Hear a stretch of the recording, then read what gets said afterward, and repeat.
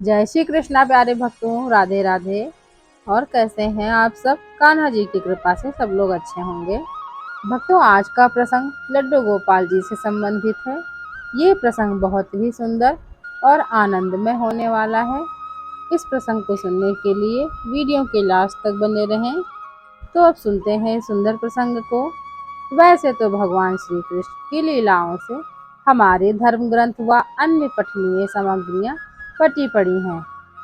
श्री कृष्ण आधुनिक समाज के अलौकिक अवतार भी माने जाते हैं। श्री नारायण ने 5000 वर्ष पूर्व अवतार लेकर हम सभी को परमात्मा से इतना नजदीकी साक्षात्कार कराया।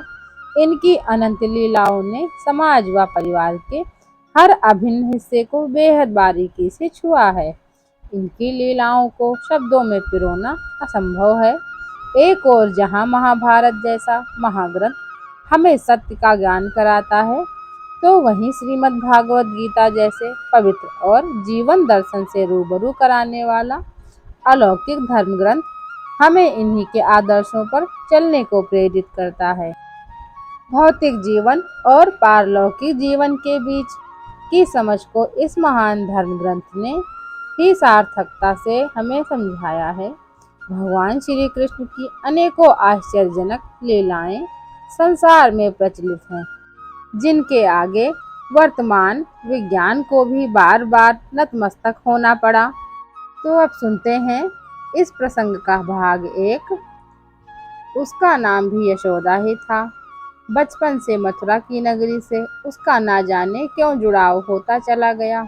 माता पिता हर साल वृंदावन की गलियों में अपना माथा टेकने के लिए आते थे, और साथ ही जाती थी वो नन्ही सी यशोदा। हालांकि उसे इस संसार का बहुत ज़्यादा ज्ञान न था, लेकिन फिर भी हर साल भगवान श्री कृष्ण और राधा जी के दर्शन करते करते उसके अंतःकरण में कब श्री कृष्ण की भक्ति ने जन्म ले लिया, उसे खुद पता ना चला। उसकी सुबह राधे नाम से शुरू होने लगी और रात भी कृष्ण नाम पर ही समाप्त होती थी। उसके मनोभावों में राधा रानी बसी थी, तो उसकी सांसों में श्री कृष्ण। उसकी शादी का समय भी आ गया। बड़ी धूमधाम से उसकी शादी एक हिंदू परिवार के योग्य बेटे से कर दी गई। समय अपनी गति से बढ़ता रहा। सब कुछ भली भांति चल रहा था। खाना पानी पर्याप्त था। समाज में उनकी एक अच्छी पैठ भी थी। लोगों के साथ उठना बैठना सब कुछ पर्याप्त ही था। एक कमी लेकिन यशोदा के जीवन में हमेशा उसे सताती रहती थी, और वो थी उसकी सूनी गोद, उसकी गोद का सूनापन।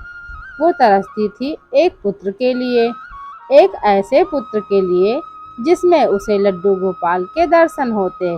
लेकिन कहते हैं ना कि ईश्वर की सोच के आगे किसी की नहीं चलती। शायद यही सब कुछ उसके साथ भी घटित हो रहा था। उनके बगल में ही एक परिवार भी था। योग्य लोग थे, रहन सहन के अच्छे थे। वैसे एकमात्र पति पत्नी ही थे। उनकी भी कोई औलाद न थी। उन दोनों परिवारों के बीच अच्छी समझ थी। यशोदा और वह स्त्री आपस में एक दूसरे की सहेली बन चुकी थी। उन्हें पता ही ना चला, बातों ही बातों में उनकी आपसी प्रसंग एक दूसरे के साथ जुड़ने लगे, जिसमें कभी धार्मिकता की सुगंध होती थी, तो कभी सामाजिक परिवेश के बंधन दिखाई देते थे। एक दिन शाम को अचानक से उस दंपत्ति ने यशोदा के घर का दरवाजा खटखटाया। अरे भाभी, आप शाम को कैसे आना हुआ आपका? यशोदा ने पूछा। उस स्त्री के पीछे उसका पति भी खड़ा हुआ था, और उसके हाथों में भारी सामान भी था। ऐसा प्रतीत हो रहा था जैसे वो आज इस शहर से कहीं बाहर जा रहे हों। हाँ यशोदा बहन, मैं माफ़ी चाहूँगी। हमें किसी आवश्यक काम से 1 सप्ताह के लिए शहर से बाहर जाना पड़ रहा है। मेरी तुमसे एक गुजारिश है। क्या गुजारिश है? बोलो। हम नहीं काम आएंगे तो तुम्हारे काम कौन आएगा? यशोदा ने साफ मन से कहा। असल में हमें कहीं एक दुखद घटना में जाना पड़ रहा है और मैं नहीं चाहती हूँ कि मेरे लड्डू गोपाल उस अपवित्र से परिवेश में मेरे साथ रहें। वहाँ मैं ना तो उन्हें समय पर खिला पाऊंगी, ना उनका ख्याल ही रख पाऊंगी। तो मेरी तुमसे हाथ जोड़कर विनती है कि इतने दिनों के लिए तुम मेरे लड्डू गोपाल जी को अपने पास रख लो। मैं जब वापस आऊंगी तो मैं अपने गोपाल जी को वापस ले लूंगी, सिर्फ इतने दिन ही। अरे यह भी कोई कहने की बात है, पड़ोसी ही तो पड़ोसी के काम आते हैं। कहते ही यशोदा ने लड्डू गोपाल जी को अपने हाथों में ले लिया और अपने सर माथे से लगा लिया। और सुनो, सुबह उठते ही इनको स्नान करा देना और भूख लगने के पहले ही कुछ खिला देना। मैं समय पर उनको खाने पीने का पूरा ध्यान रखती हूँ, अपने बच्चे की तरह ही इनका ख्याल रखती हूँ। अरे इसमें भी कोई कहने की बात है, मैं भी इनका पूरी तरह से वैसे ही ख्याल रखूंगी जैसे कि तुम रखती हो। तुम निश्चिंत होकर जाओ। तुम्हारा बहुत बहुत धन्यवाद यशोदा बहन।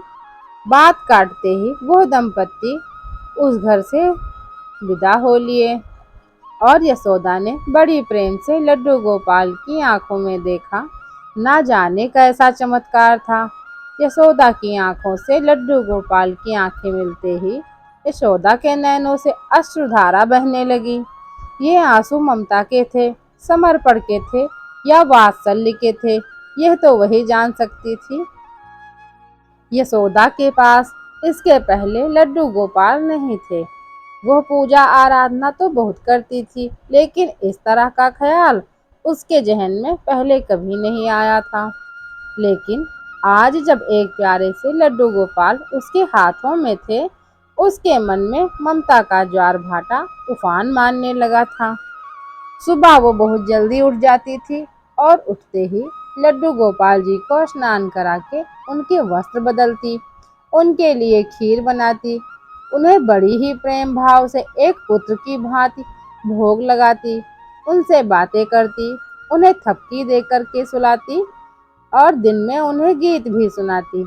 लड्डू गोपाल से रूबरू होते होते एक अलग तरह का भाव यशोदा के मन में जुड़ने लगा।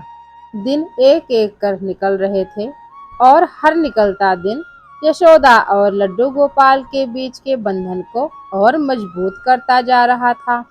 यशोदा को ऐसा लगने लगा था कि वो प्यारी सी मूरत उसके पास उसका खुद का बच्चा है।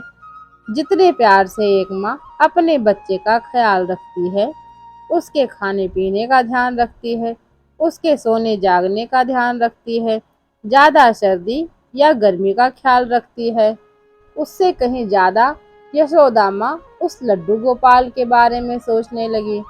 धीरे धीरे 7 दिन कब निकल गए पता ही ना चला और वह दिन भी आ गया जब उनके दरवाजे पर दस्तक हुई।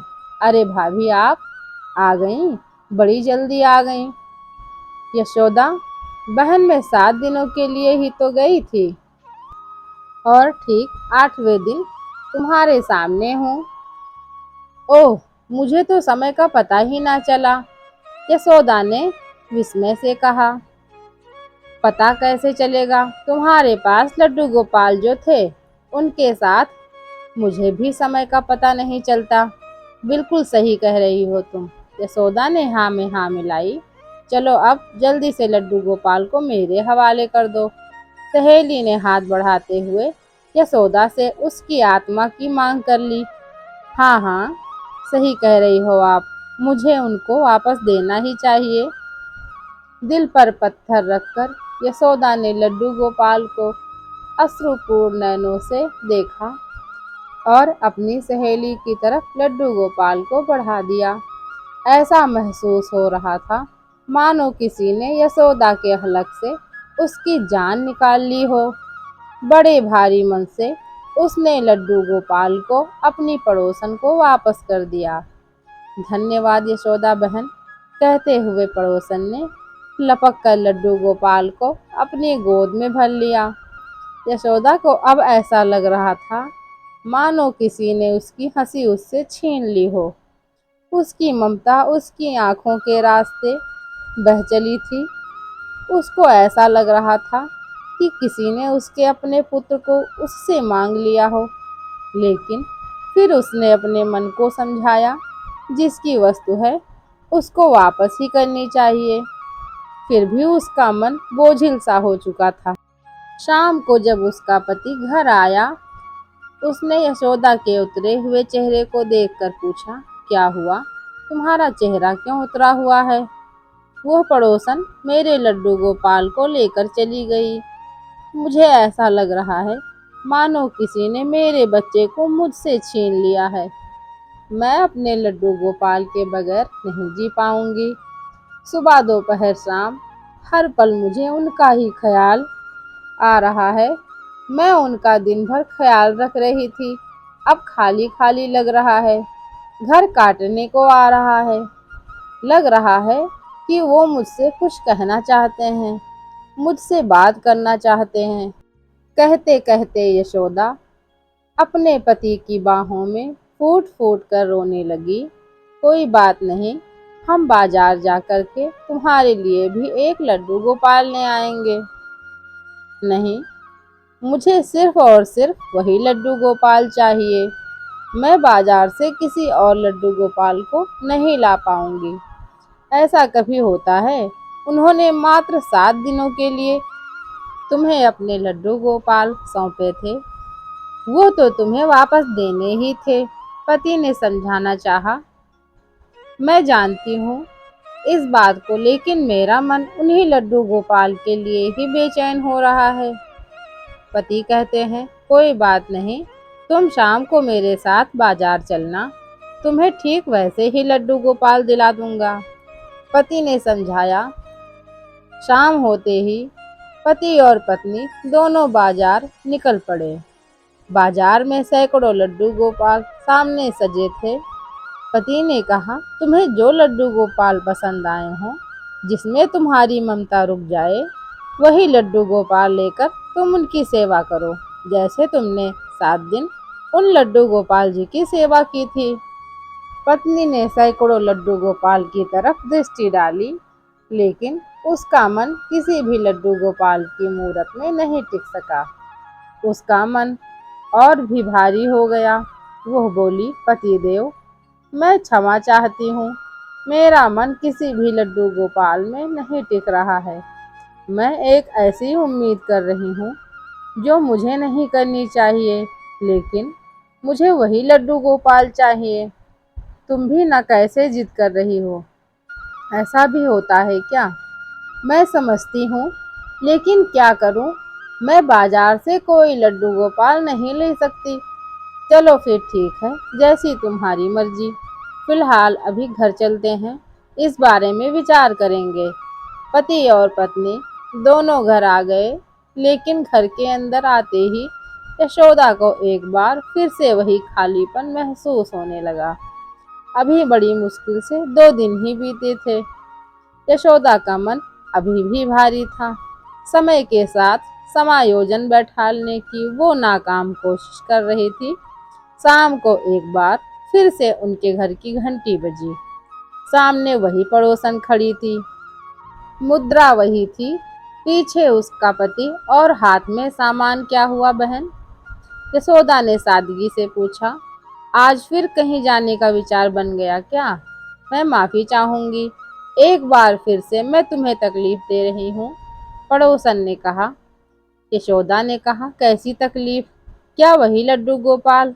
यशोदा चहकते हुए बोली, हाँ हाँ, आपने बिल्कुल ठीक समझा। यशोदा की आंखों में चमक आ गई।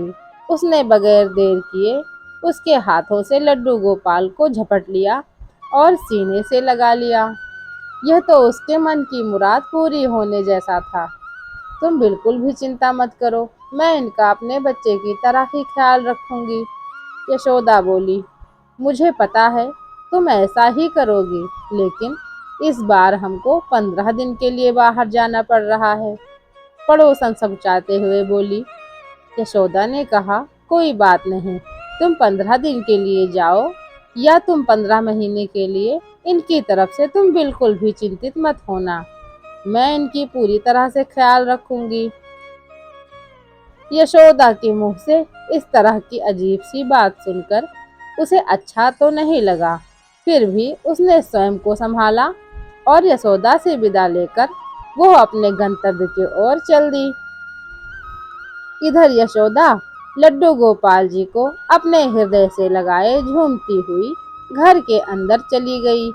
सुनो जी, कहने लगी। पति ने कहा, क्या हुआ, बड़ी खुश लग रही हो। यशोदा ने कहा, खुशी की बात ही तो है, मेरे लड्डू गोपाल एक बार फिर से मेरे पास आ गए हैं। क्या?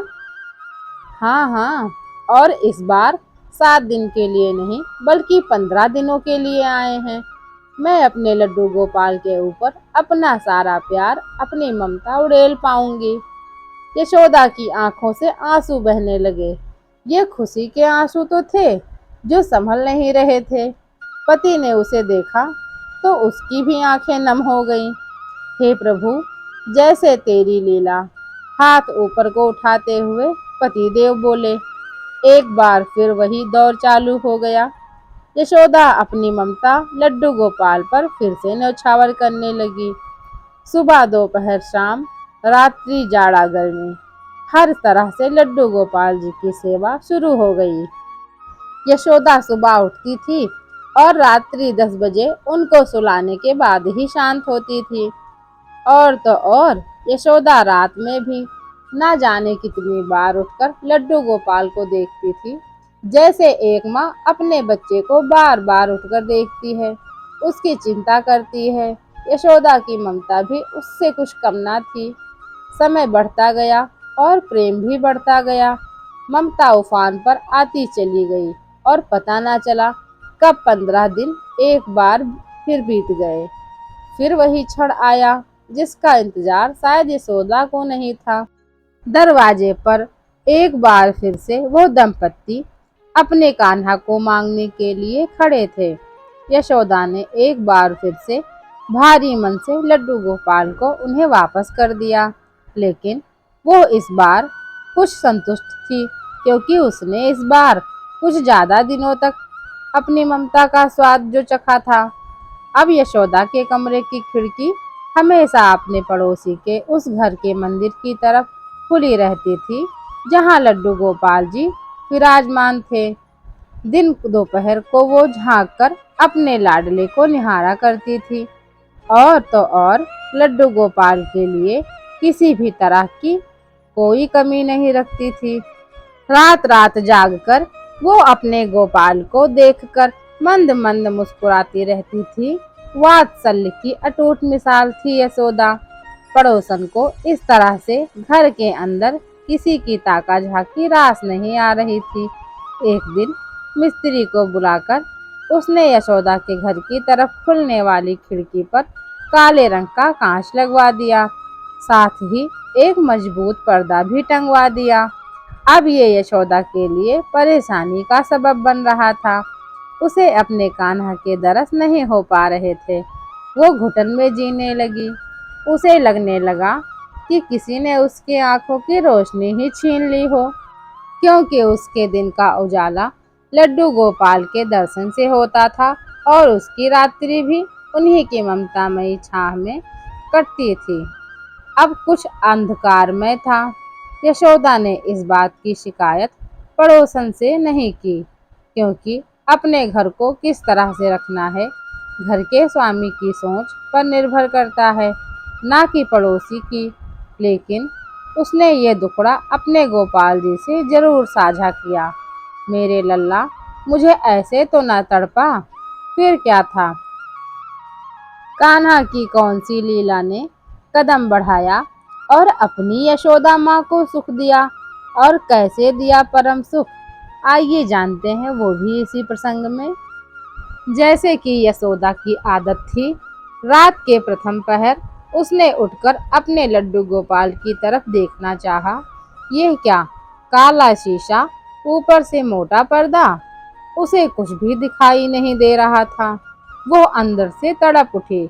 उसे ऐसा लग रहा था मानो उसका कान्हा उसे कमरे से पुकार रहा है, लेकिन वो चाहते हुए भी उसके दीदार नहीं कर पा रही थी। उसकी आत्मा रो पड़ी। आंखों से आंसुओं की धारा बहने लगी। मन कान्हा कान्हा कह उठा। मचल उठी वो उसके एकमात्र दर्शन को। अचानक से चमत्कार हुआ। यशोदा को पता ना चला कि कैसे पड़ोसन के घर की दिशा परिवर्तित हो गई।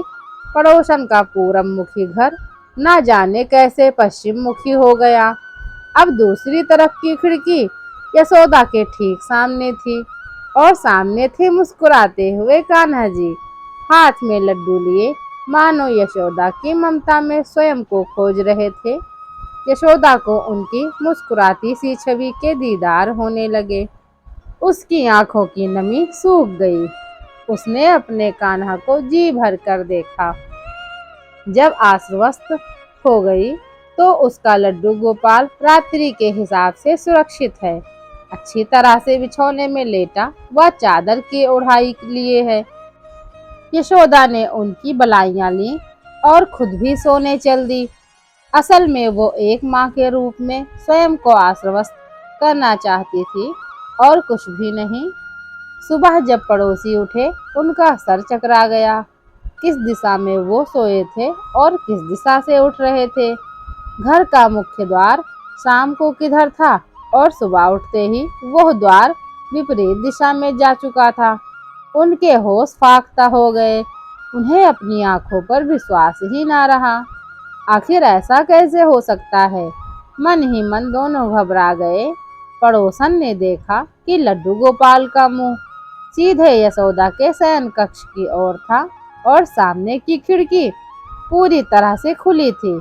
यह वो खिड़की नहीं थी जिसे पड़ोसन ने बंद करवाया था, एक मोटा सा पर्दा लगवाया था, बल्कि यह विपरीत दिशा की खिड़की थी जिसे उसने खाली छोड़ा हुआ था, क्योंकि उसे परेशानी तो सिर्फ यशोदा की ताक झांक से थी। लेकिन इतना सब कुछ करने के बावजूद परिणाम वही का वही था। यशोदा का शयन कक्ष अभी भी लड्डू गोपाल के मंदिर के ठीक सामने खुला हुआ था। शायद कान्हा अपनी मैया के मन की पीड़ा को समझ चुके थे और खुद भी अपनी माँ के चेहरे का दीदार करना चाहते थे। इसीलिए प्रभु ने कुछ नहीं किया, सिर्फ उनके घर की दिशा को विपरीत कर दिया। मन ही मन पड़ोसन और भी घबरा उठी।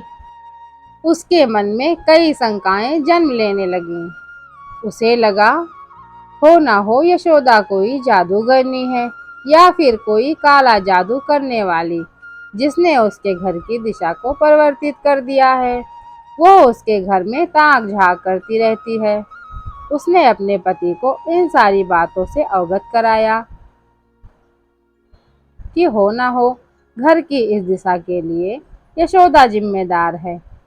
पति भी भ्रमित हो गया, अपनी पत्नी की बातों में आ गया। उसी शाम उन्होंने एक तांत्रिक बाबा के पास जाकर शरण ली और अपनी आप बीती से उन्हें अवगत कराया। बाबा काली शक्तियों का उपासक था। उसे कुछ भी समझ नहीं आया, लेकिन उसने इस घटना को सीधे सीधे काली शक्तियों से जोड़ दिया। उसने भी पड़ोसन की हाँ में हाँ मिला दी। हो ना हो यशोदा कोई तांत्रिक क्रिया जरूर करती है। अब इसका हल क्या है?